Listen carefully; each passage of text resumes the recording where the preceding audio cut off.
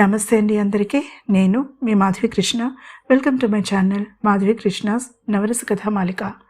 ఓయ్ పిల్ల నీ గుప్పేంటి 48వ భాగం.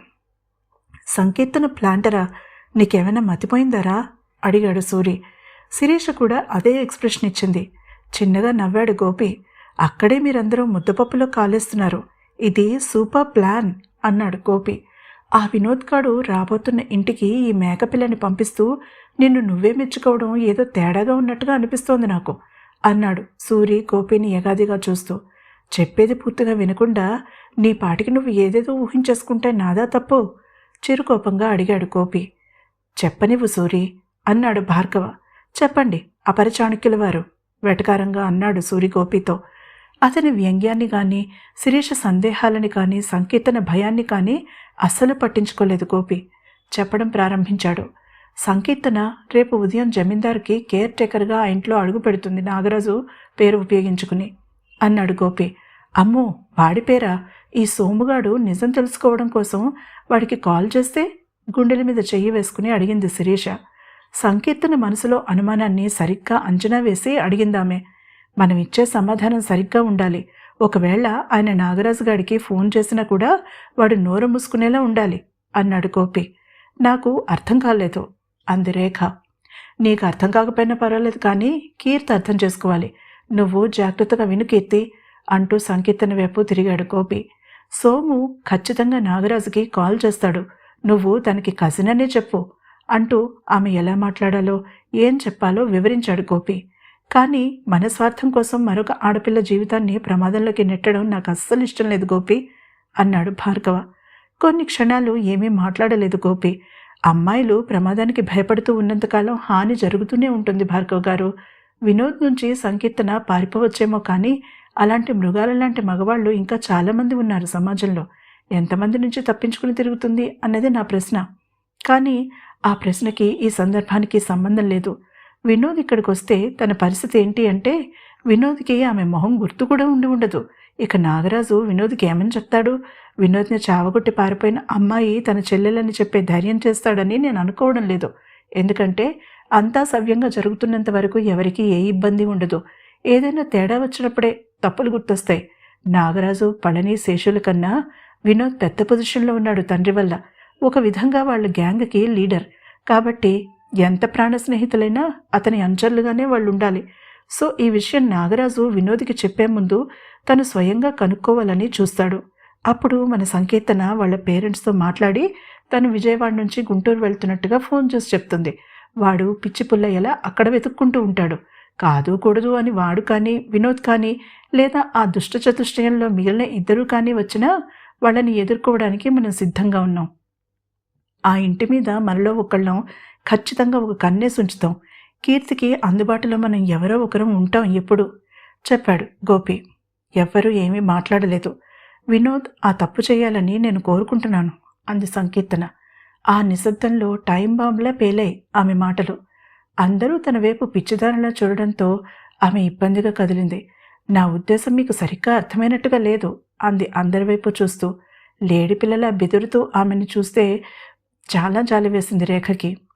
ఈసారి నువ్వు వాడిని ఎదుర్కొని బుద్ధి చెప్పాలని అనుకుంటున్నావు కదా ఆమె మనసులో మాట గ్రహించినట్టుగా అడిగింది రేఖ. సంకీర్తన గవగవ తల ఊపింది. రేఖ చిన్నగా నవ్వింది. దానికోసం నీకు కొంత సాధన కావాలి. ఒక్క రోజులో వచ్చేది కాదు కానీ రోజుకు 1 గంట చేస్తే వచ్చేస్తుంది అంది రేఖ నవ్వుతూ. వాళ్ళు బయటికి పంపుతారని నేను అనుకోను అంది శిరీష. నేను వెళ్ళగలను కదా అంది రేఖ. భార్గవ ఆశ్చర్యంగా చూశాడు. సోముగాడు లేని టైం చూసుకుని వెళ్తాను. 10 రోజులు లీవ్ పెట్టేస్తాను యూనివర్సిటీకి చెప్పింది రేఖ. అలా ప్లాన్ని 1-2 సార్లు చర్చించుకున్నాక సంకీర్తన పూర్తిగా సిద్ధంగా ఉంది అనుకున్నాక మర్నాడు ఉదయం 8ంటికి హరిణి ఇంటికి సంకీర్తన వెళ్లేలా నిర్ణయం జరిగింది. రేఖ బలవంతం మీద ఎలాగో తిన్నారని అనిపించారు అందరూ. ఈ రాత్రికి ఇక్కడే ఉండండి గోపి, శిరీషకి ధైర్యంగా ఉంటుంది అన్నాడు భార్గవ. చిన్నగా తల ఊపాడతను. అందరూ తోటలో కూర్చున్నారు. సంకీర్తన మాత్రం రిస్క్ తీసుకోదలుచుకోలేదు. లోపల ఉండిపోయింది. భయంతో గుండె వేగంగా కొట్టుకుంటూ ఉంటే అలానే మంచం మీద ముడుచుకుని పడుకుంది. తాను చేయబోతున్నది ఎంతవరకు సబబు? అమ్మా నాన్నకి కూడా ఫోన్ చేయడానికి లేని పరిస్థితి.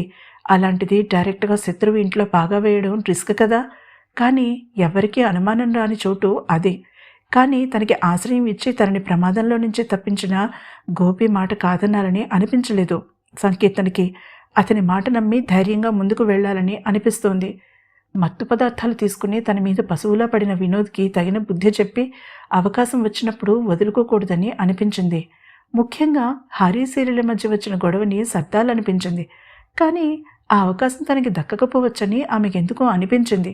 అలానే ఆలోచనలతో సతమతమవుతూ నిద్రలోకి జారిపోయింది సంకీర్తన.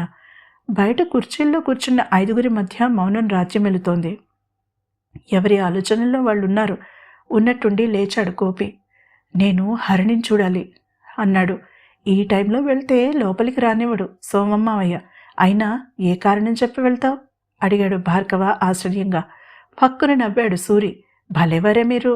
గోపి రాజమార్గంలో వెళ్తాడని ఎలా అనుకున్నారు? మనవాడు దొంగలా గోడ దూకబోతున్నాడు చెప్పాడు సూరి. తెల్లబోయాడు భార్గవ. అసాధ్యం గోపి, దొరికిపోతావు, నానా గొడవ అవుతుంది వారించే ప్రయత్నం చేశాడు భార్గవ.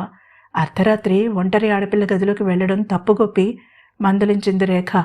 గోపి అక్క దగ్గరికి వచ్చి ఆమె ముందు మోకాళ్ల మీద కూర్చుని ఆమె చేతులని తన చేతుల్లోకి తీసుకున్నాడు. అక్క, హరిణి ఇప్పుడు చాలా డిస్టర్బ్ అయి ఉంది. మానసికంగా అలసిపోయి ఉన్నప్పుడు ఆమె పక్కన నిలబడడం నా బాధ్యత. ఇది రేఖ తమ్ముడు గోపిగా చెప్తున్నమాట. ఇక హరిణి ప్రాణం గోపిగా చెప్తున్న మాట వింటావా అడిగాడు. ఆమె నిలువుగా తల ఊపింది. నా మీద ఆలోచనతో అర్ధరాత్రి చన్నీటి స్నానం చేసే అవసరం ఆమెకి ఇవ్వదలుచుకోలేదు. ఒక్కసారి భార్గవ్ వైపు చూసి రేఖ కళ్ళల్లోకి చూసి చెప్పాడు గోపి. గోపి కోపంగా తన చేతులు వెనక్కి లాక్కోబోయింది రేఖ. తప్పుగా అంటే క్షమించక్క, కానీ నా ప్రియురాలి అవసరం ఏదైనా సరే తీర్చడం నా బాధ్యత. అది ఏదైనా సరే, కొంచెం కూడా సందేహించను. ఎందుకంటే నేను ఆమెని తప్ప పెళ్లి చేసుకోను, వేరే ఎవరిని. భార్గవ్ గారు సోమిని చంపి జైలుకి వెళ్ళినా సరే అన్నాడు నవ్వుతూ గోపి. కంగుతింది రేఖ. భార్గవ సాలోచనగా రేఖ వైపు చూస్తున్నాడు. గోపి అక్క చేతులని ముద్దు పెట్టుకున్నాడు. నువ్వు తప్పు వద్దు అంటే మానేస్తాను. నాకు కూడా ఒక అక్కుంది కదా, కానీ నా మీద నమ్మకం ఉంటే చెప్పు, వెళ్తాను అన్నాడు సీరియస్గా. చిన్నగా నవ్వింది రేఖ. అర్ధరాత్రి స్నానాలు పెళ్లికి ముందు తప్పు కాదు గోపి, అది మంచిదే. ఆ స్థితిని సరిదిద్దాలంటే ఆడపిల్ల మెడలో తాళి పడాలి. ఆ కట్టు నా తమ్ముడు దాటడనే నమ్ముతున్నాను. నువ్వు హరిని పెళ్లి చేసుకుంటావు కాదని నేను అనడం లేదు, కానీ దేనికైనా ఒక పద్ధతి ఉంది. అది తప్పవని అనుకుంటున్నాను చెప్పింది రేఖ. అందంగా నవ్వాడు గోపి. చిన్నపిల్లాడిలా తల అడ్డంగా ఊపాడు తప్పనన్నట్టుగా.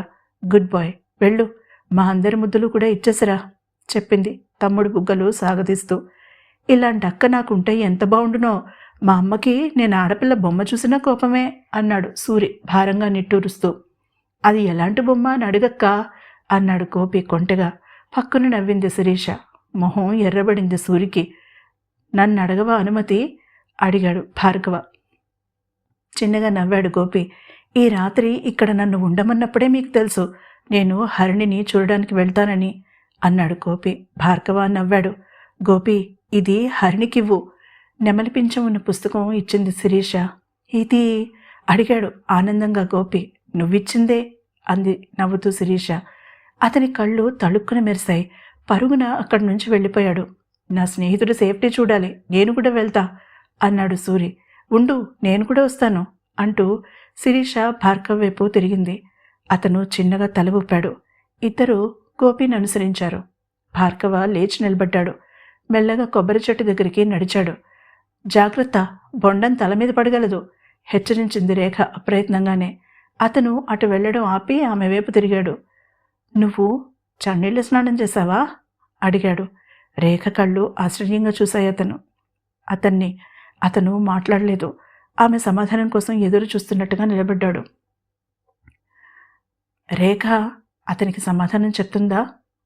ఏమని చెప్తుంది? తెలుసుకోవాలంటే తర్వాతి ఎపిసోడ్ని తప్పకుండా వినండి. ఈ ఎపిసోడ్ కనుక మీకు నచ్చినట్లయితే తప్పకుండా లైక్ చేయండి.